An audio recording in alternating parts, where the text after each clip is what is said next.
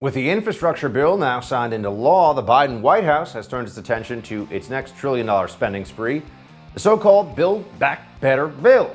Meanwhile, the president's poll numbers continue to sink as his administration all but ignores the immediate problems facing the American people. Friends, it's time for Hold the Line.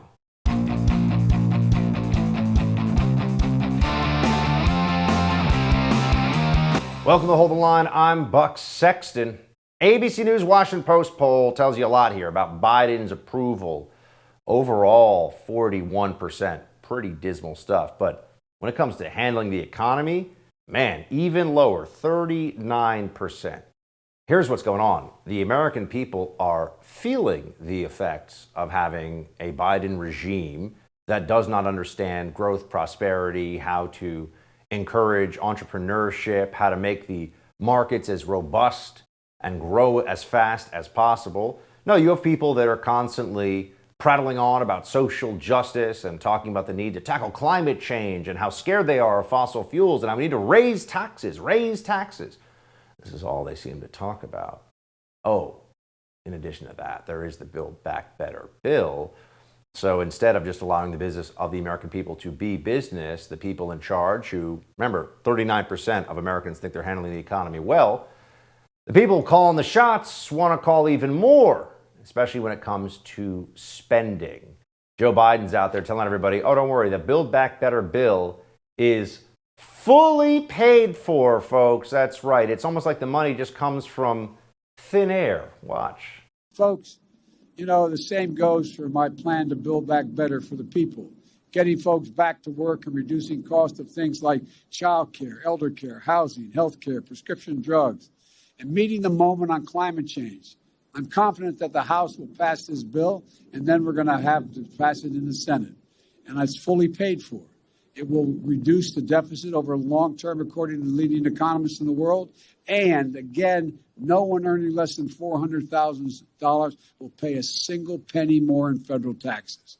And together with the infrastructure bill, millions of lives will be changed for the better. Millions of lives changed for the better.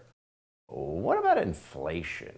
Just wondering, because that is a monetary policy problem, and it's the result of too much spending, too many dollars in the economy at one time, the government printing money, putting more money out there, and then dollars become worth less. You have to use more of them to buy the same kinds of goods that you're used to from the store. This is really bad stuff for a presidency. In fact, inflation can really be, for all intents and purposes, a presidency ender. Inflation can be that. But you have to at least have some agreement, some understanding of what it is before you can deal with it, right? Here's the problem. Democrats are so ideologically devoted to the notion of the massive Biden spendathon, the BBB, Build Back Better, right? That their idea has turned into, we will fight inflation by spending more money. In essence, they will fight inflation by doing the one thing that everybody knows will create more inflation. Here's Chuck Schumer sounding a little crazy. It's very simple. If we want to create more jobs, if we want to fight inflation, if we want to help families lower costs, the best thing we can do is pass Build Back Better. Let me repeat that. Want to fight inflation? Support Build Back Better. For all of 2021, we've seen a historic and unprecedented economic recovery compared to where we were at the depths of the COVID crisis. But there's no denying that as our recovery continues, we must work to address supply chain troubles that have exacerbated inflation in recent months. Build Back Better is exactly what the doctor ordered. Right. Meanwhile, back in reality land, is it even true that it's paid for?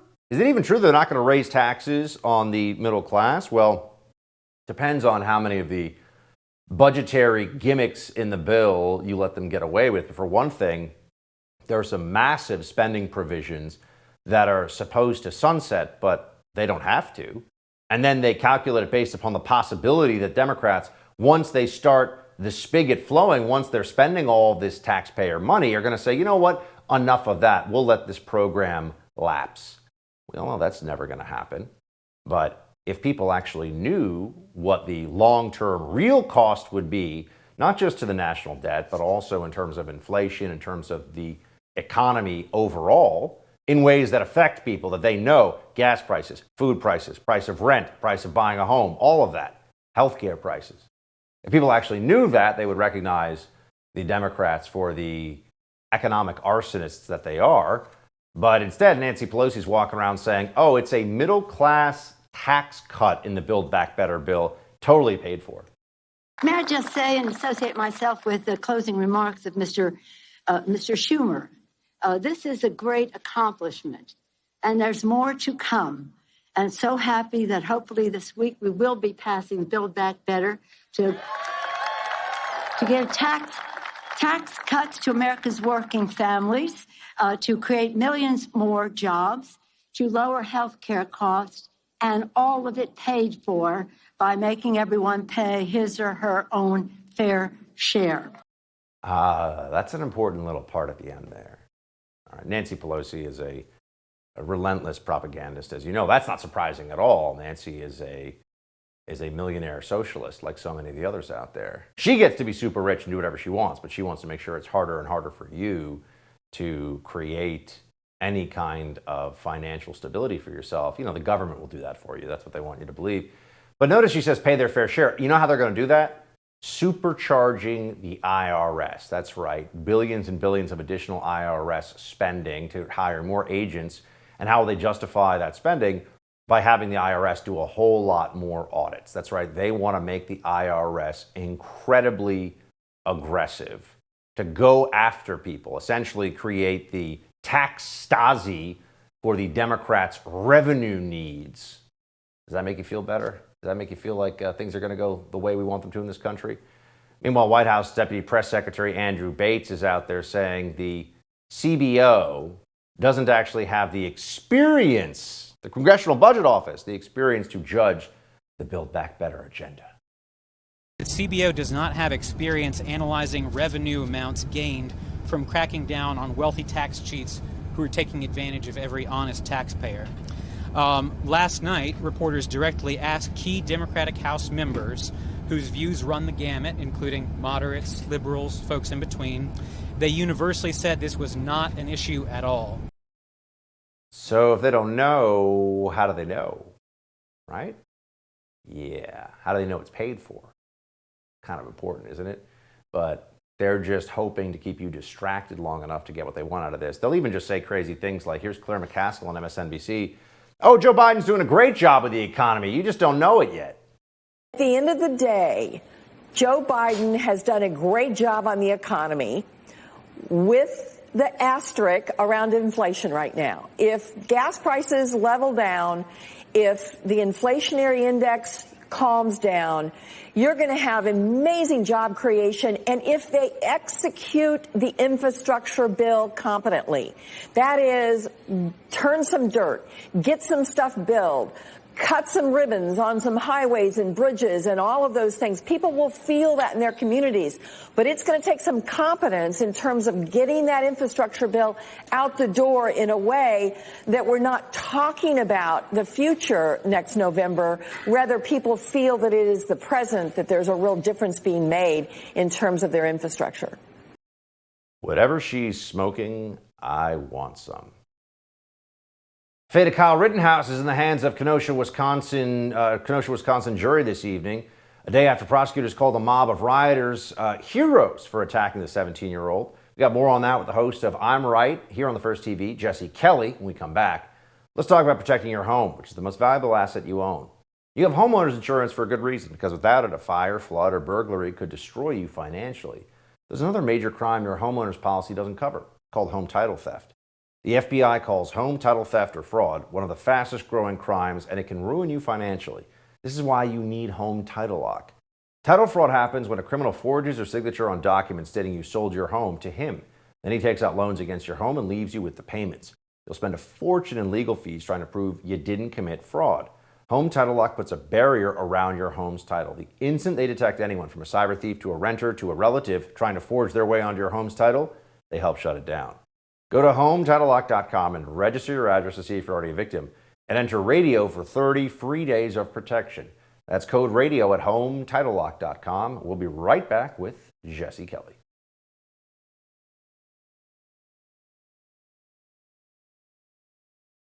Today, 12 jurors began deliberations in the Kyle Rittenhouse trial in a Kenosha, Wisconsin courtroom after hearing final arguments on Monday. If found guilty and convicted of first-degree intentional homicide, Rittenhouse could face a mandatory life sentence. Protesters on both sides of the issue have already gathered outside the courthouse as jurors deliberate his fate. Here with me to react is the host of I'm Right with Jesse Kelly here on The First, Mr. Jesse Kelly himself. Jesse Kelly, what's up, man? Buck, I think whether it's this week, next week, whatever, I think we should start some sort of a commission. Maybe you and I should go in on to build a statue of Kyle Rittenhouse. That's what I think about this whole thing. I'm amazed at how many people are finding out for the first time just in the last few days. And I mean journalists, I just mean people across the board, that Kyle Rittenhouse never should have even been charged, that this kid didn't do anything wrong, that he was attacked by left-wing lunatics. The media tried to destroy him. That's all come across, I think, pretty clearly in court, Jesse. Here is the Kenosha Assistant District Attorney Krause saying that, Kyle should have just faced down the armed mob assaulting him with his fists. Clearly, if there is provocation, he's guilty. But even outside of provocation, why do you get to immediately just start shooting? As Mr. Binger said, he brought a gun to a fist fight. And he was too cowardly to use his own fist to fight his way out. He has to start shooting.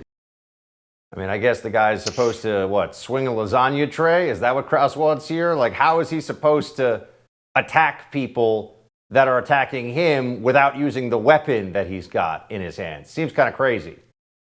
Well, no, I actually really appreciated that take from Prosecutor Butterball. I'm sure he has a lot of experience in the fisticuffs arena. I'm sure he's out there doing some MMA practice as we speak right now. But this whole thing's stupid.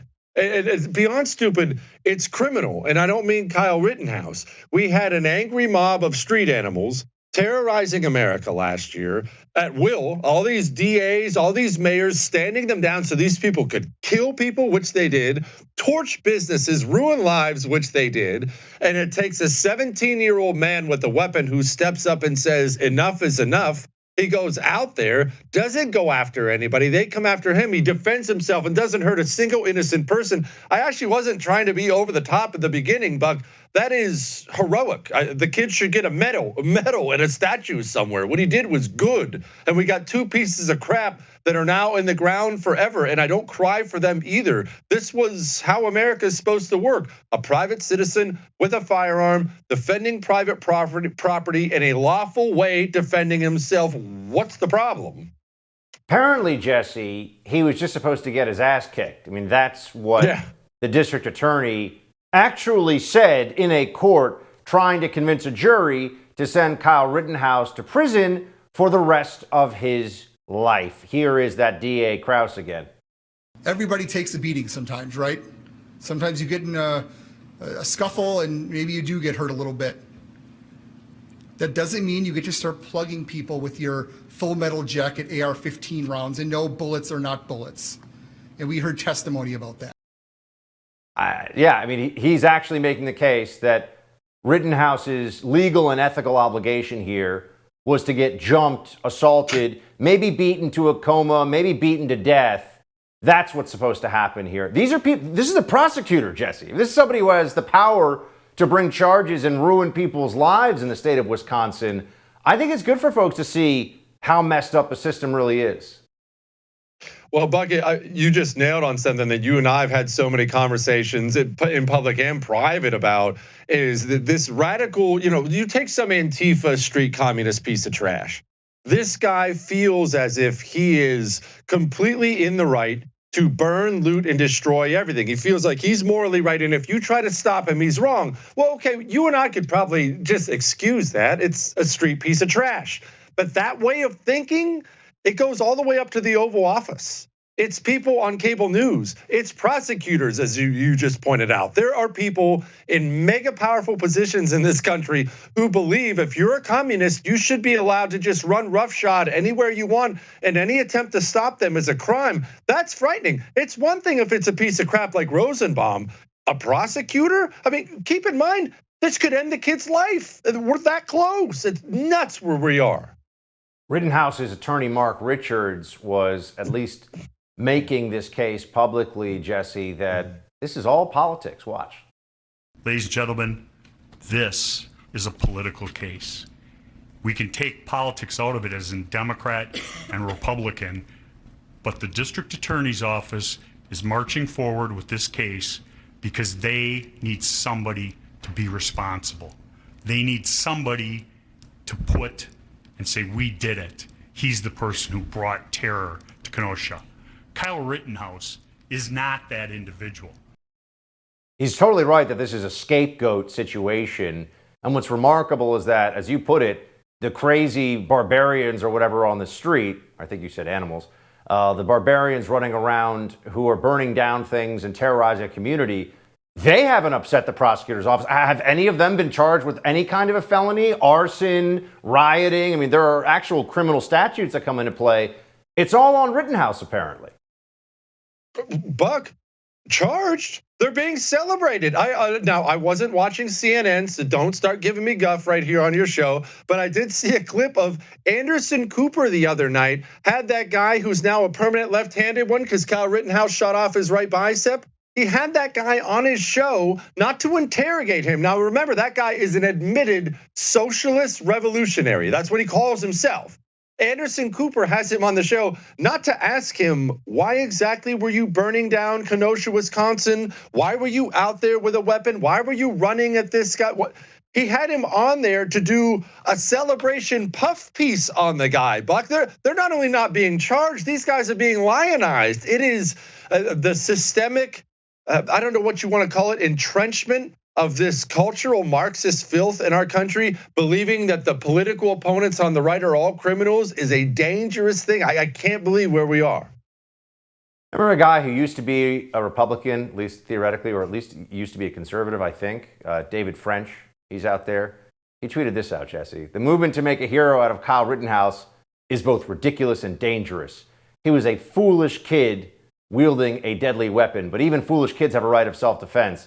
Based on the evidence, acquittal is reasonable, validation is not. Okay, I think legally he's correct, although his point about Rittenhouse being a foolish kid, to me, feels like, why? In what way? Well, of course, Buck, you've experienced this in your life. You were CIA, you've been around the block. The people who sit in the stands always badmouth the players out on the field. You take somebody like David French, of course he's going to look down his stuffy nose at an actual person who does something like Kyle Rittenhouse, because David French has an entire life of sitting on the sideline, doing absolutely nothing, judging his betters. This is par for the course for people like David French. But the truth is, anything good that's ever been built, whether it be nations like ours or companies or whatever the case may be, they were built by men who went out there and got things done, not the sniveling little loser on the sideline judging how people do great things. You know, one thing that has become very obvious in all this is that there's no accountability among Democrats, the left, the same thing, when it comes to lies. And here's one that I think a lot of people found just fascinating, from a member of Congress, no less. Representative Cori Bush tweeted out, when we marched in Ferguson, white supremacists would hide behind a hill near where Michael Brown Jr. was murdered, which he was not, by the way, and shoot at us. They never faced consequences. If Kyle Rittenhouse gets acquitted, it tells them that even 7 years later, they can still get away with it. I feel like we would have heard about white supremacists taking up sniper positions against a member of Congress, or at the time an activist, whatever the case may be here. Is it just, you just make up anything now, Jesse? Is that how it goes on the left? You say anything, it doesn't matter how crazy, how false, how defamatory? Anything you want. Anything you want. That's what That's the era we live in now, and it's never been like this in this country. But now we're at a stage where they control every single part of the system. I mean, Buck, they control half the churches in the country. They control the media, Hollywood, the education system. They control the Boy Scouts now, for Pete's sake. They have it all. And once you have it all, what it allows you to do is what they do right there. You're allowed to say anything you want because there's no major cultural pillar that has any juice that can challenge you on it. We're not at the point where they can kind of manipulate the truth and massage this a little bit, Buck. No, if they woke up tomorrow morning and decided the sky is green, they would beat half the country into submission into admitting the sky is green like that. That's because we're a cultural, rotted society on the decline that needs a major reform. Jesse, appreciate the truth bombs, my friend. Thanks for stopping by. Be good, brother. Now that the COVID-19 vaccine has been rolled out for Americans aged 5 to 11, some are arguing that vaccinating children should be mandatory. Is that even legal? Coming up, Janine Eunice, attorney at the New Civil Liberties Alliance, explains why the forced vaccination for kids is unlawful. Well, let's talk about my friends at My Digital Money. Thought about investing in crypto? Where would you start, though? Bitcoin, Ethereum, they could have huge runs in the months and years ahead, but how do you get in the game? You need My Digital Money. It's an easy-to-use, self-trading crypto IRA platform with incredible customer service. They've also got an unparalleled military-grade security for your coins. You can even set up trigger orders to help you secure opportunities for gains or limit losses without having to actually watch your account 24/7. When it comes to your money, you deserve a team of dedicated professionals. That's what you'll get with My Digital Money. Go to mydigitalmoney.com. Again, that's mydigitalmoney.com. We'll be right back with more. Hold the line.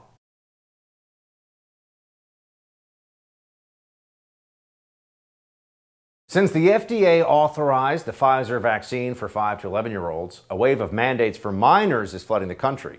From San Francisco to New York, parents are beginning to push back against these unethical mandates, and our next guest is joining in the fight. In her latest Wall Street Journal op-ed, member of the New Civil Liberties Alliance Litigation Council, Janine Eunice, lays out statutes that offer a clear right to refuse the shots before full FDA approval. She joins us now to explain. Janine, thanks for being here. Thank you so much for having me. So San Francisco announced the city will require children in the 5 to 11 age group to show proof of vaccination to enter restaurants, sporting events, swimming pools, and more. What is the legality of this, or lack thereof? Well, these sorts of mandates or passport programs are unlawful. The EUA statute, that's the Emergency Use Authorization statute, under which the Pfizer vaccine has been authorized for use for the 5 to 11 age group, provides for informed consent. So recipients of products authorized for use under it should be told that they have the right to refuse it. And it's not just told the right to refuse it, they have the right to refuse it. So mandates like this that predicate participation in public life, access to education, and access to recreational activities on taking these vaccines are unlawful. New York School of American Ballet informed parents via email earlier this month that all students the school enrolls, including children as young as 6, must receive a COVID vaccine by January. What are the legal options that folks actually have here when they're facing a mandate like that in a city, whether it's New York or San Francisco? So it differs a little bit depending upon whether it's a state or private institution that is implementing the mandate. The School of American Ballet is a private institution. However, in my opinion, parents still have recourse under the EUA. The EUA argument can still be used against private institutions because private institutions shouldn't be able to premise participation in these activities on taking an experimental vaccine. And we know that children are at very low risk of negative effects from COVID. In fact, the 5 to 11 age group, I believe it's around 90 children in that age group died, most of whom had underlying conditions, which may be a reason to vaccinate children who have comorbidities. But when it comes to healthy children, parents should really have the choice. These vaccines have not been tested extensively on children. They haven't been tested. There have been no studies conducted on children who've recovered from COVID, which even the CDC acknowledges about 40% of children have recovered from COVID. So, and they may be at heightened risk of adverse effects. Children should not be used as guinea pigs to protect scared adults, which is what's happening here. In your Wall Street Journal op-ed, Janine, you wrote that the emergency use authorization of the COVID vaccine creates a legal distinction. Federal law requires that potential recipients of EUA products be informed of the option to accept or refuse administration of the product, of the consequences, if any, of refusing administration of the product, and of the alternatives to the product that are available, and of their benefits and risks too. For folks at home, so what does that mean in essence? How does that change things? Well, the way it changes things, and this frankly applies to the mandates for adults, in my opinion, as well. It gets a little bit more complicated because the Pfizer Comirnaty has been approved fully by the FDA, but there's a little bit of a complication there because the Comirnaty is not actually readily available. So you're not actually getting an EUA-approved vaccine when you go to get one. So this argument actually applies to adults as well, but it just simply should not be the case that people are forced through mandates to take EUA-approved vaccines. And with children, there's not even an argument that there is a fully FDA-approved vaccine available. What do you make, just from a legal analysis perspective, of the Fifth Circuit Court of Appeals deciding to put a stay in place here on the Biden vaccine mandate? A pretty scathing opinion from a federal judge down there. How do you think that plays out? Will it stand? And is the Supreme Court likely to do an expedited review? I think that there's a strong likelihood that the Supreme Court will take it up. That was an excellent decision, and that was the more or less the first Court of Appeals decision on the issue. And it was also, it found that there was irreparable harm from being forced to choose between your job and the shot, which district courts, those are the lower courts throughout the country, have been saying that's not irreparable harm. And so that's not a basis for a preliminary injunction, which is a stay prior to the case going to the merits. So this was an excellent decision that I think will benefit probably millions of Americans in the short term, and hopefully the long term as well. We have another quote here from your op-ed, Janine. A new statute permitting mandates for EUA products would be unconstitutional as well. Children have a right to bodily autonomy and to refuse unnecessary medical treatment which their parents exercise on their behalf. The government can't conscript them as guinea pigs or vessels to protect adults. Explain more here. What does this mean for folks at home and for their kids? Well, again, this is so in addition to the EUA statutory argument, I believe that parents can, or lawyers can make constitutional arguments on behalf of children.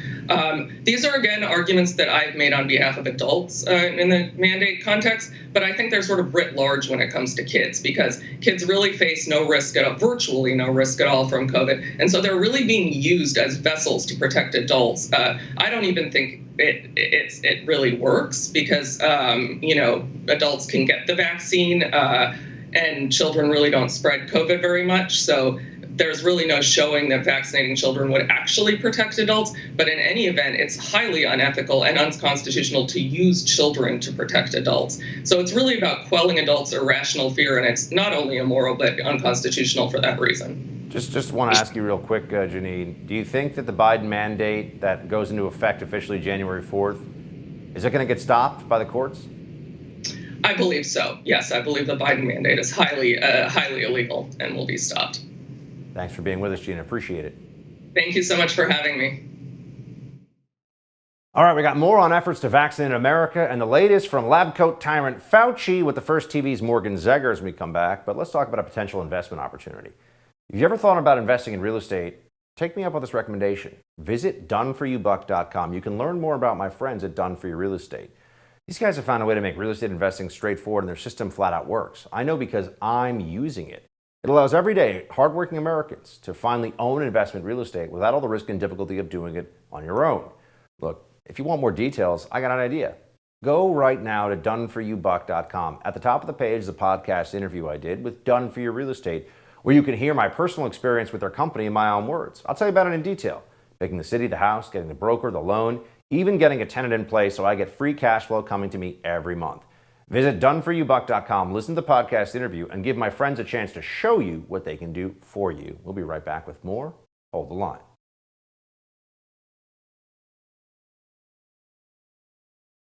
if you get vaccinated and your family's vaccinated, you can feel good about enjoying a typical Thanksgiving, Christmas with your family and close friends.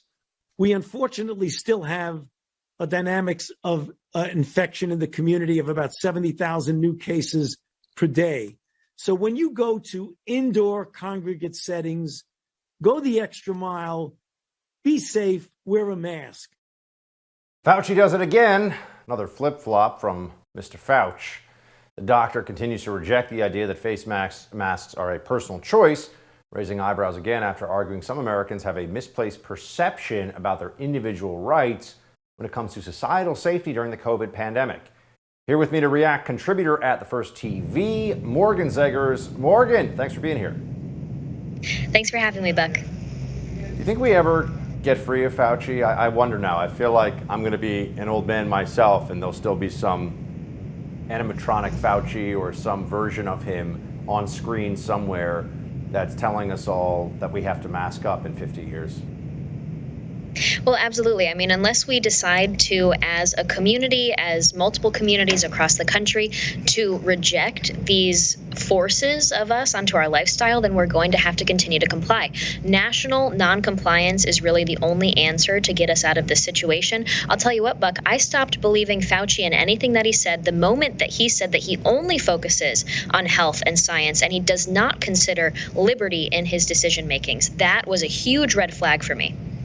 Yeah, speaking of liberty in the decision-making process, here's Fauci the tyrant explaining in his own words how Americans have a misplaced conception about liberty and choice. Well, one of the things that to me was most difficult to accept is that we put together a good plan for how we were going to try and dampen down the spread of infection early on, thinking that that was accepted by everybody, and then the next day, the president saying, free Michigan, free Virginia.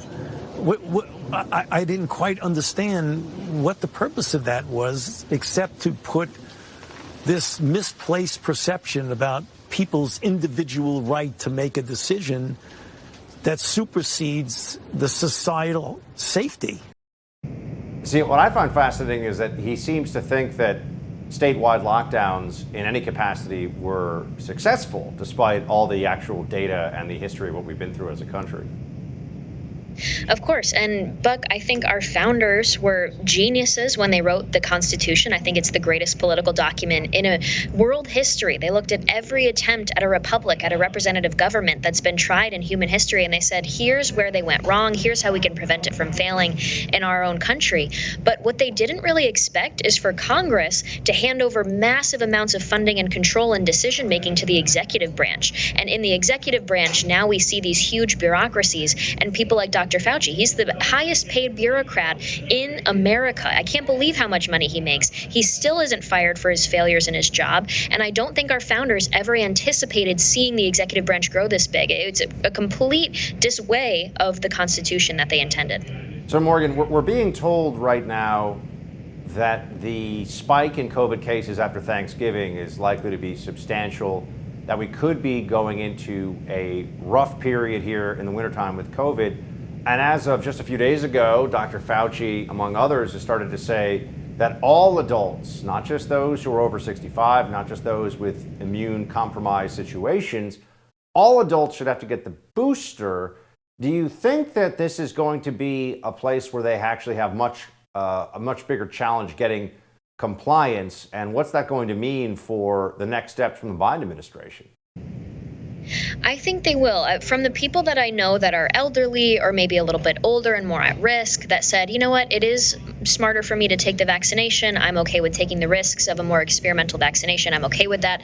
They are saying to me that, you know, they were fine with getting the initial ones, but they are not going to comply with getting booster after booster. The connections to the financial incentives for these companies that are partnering with the government. I mean, we saw from Project Veritas that people from inside of these vaccination companies were saying our company now runs on COVID money. That's incredibly concerning. And when we hear what's coming out of their mouths, the employees of these companies, I think it's exactly what's needed to make people get their heads out of the sand. Morgan, at what point do you think we'll even start to see some of the blue states relent on Fauciism. I mean, we have Washington, D.C. now announcing they'll end mask mandates in some public spaces.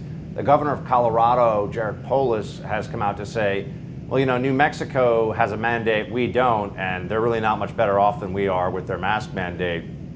You think this will break before we actually go through the whole winter COVID period, or are we likely to have a lot of blue states with a lot of masking and other requirements, social distancing, whatever it may be, deep into the spring, maybe even the summer of next year?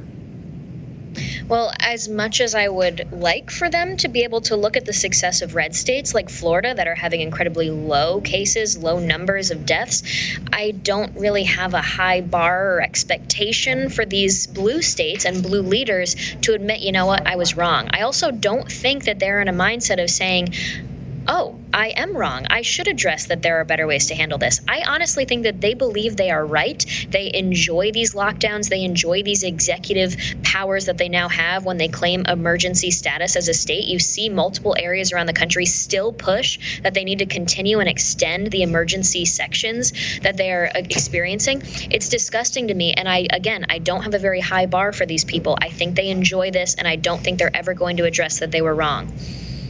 Morgan, thanks for being here with us. Appreciate it. Thanks for having me, Beck.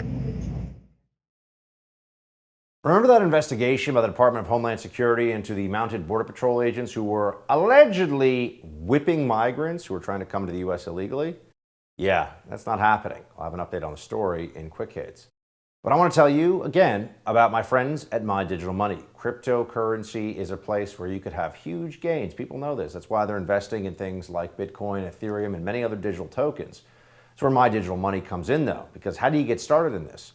My Digital Money is an easy-to-use, self-trading crypto IRA platform with amazing customer service and military-grade encryption and protection for your coins. If you're going to be doing any crypto trading, this is where you want to start. Go to mydigitalmoney.com, because when it comes to your money, you deserve a team of dedicated professionals who have your back and speak to you honestly. That's what you'll get at mydigitalmoney.com. Quick Hits coming up next. Stay with us.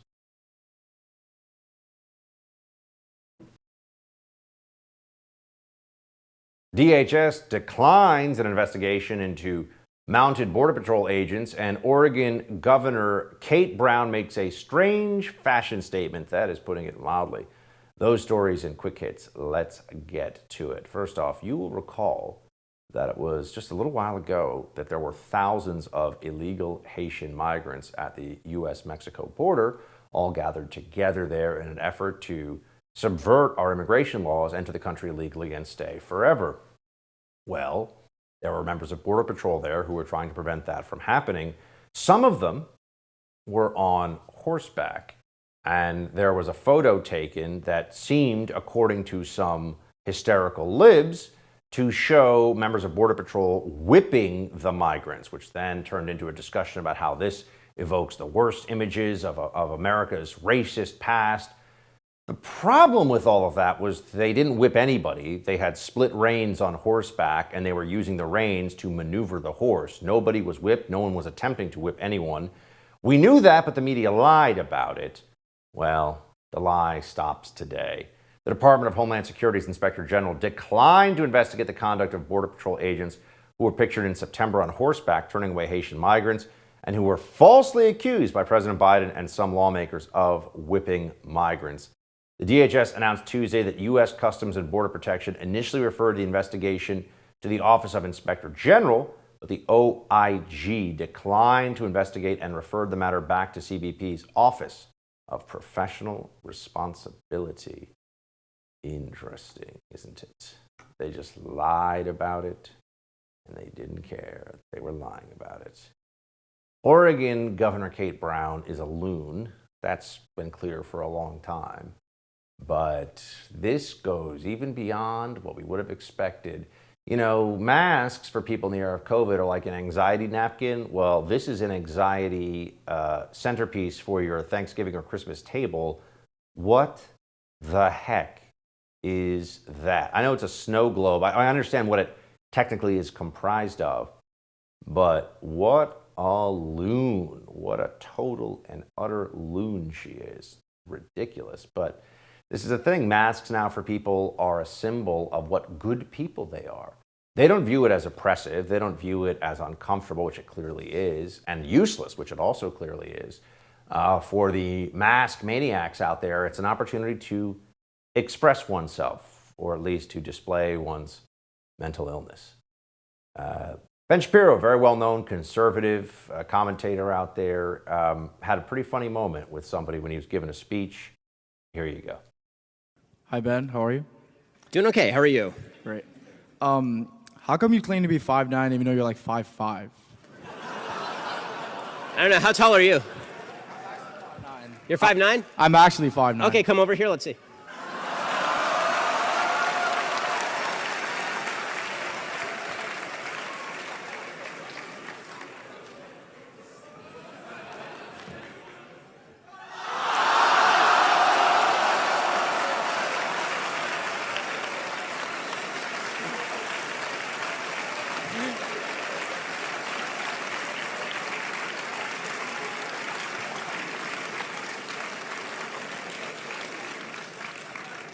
I'll be honest, I planned it. I've been waiting years to do that. Well played. Well played. That was a fun one. AOC, Representative AOC, is out there telling everybody that the Keystone XL pipeline would export U.S. gas abroad, but wait a second, watch. Because when you look at Keystone XL and when you look at a lot of these other pipelines, people say, oh, this is for energy, independence in the United States. We actually already produce enough to power our own country. Whether you agree with it or not, that's just what it is. A lot of these pipelines are being built so that the United States can export and sell natural gas abroad. And people make geopolitical arguments as to why that should be the case. That aside, I think, whether we actually 100% need, I believe Line 3 should not exist. The intellectual vanguard of the Democrat Party, right there for you. That's it for tonight's Hold the Line. The No Spin News with Bill O'Reilly is next. Shields high.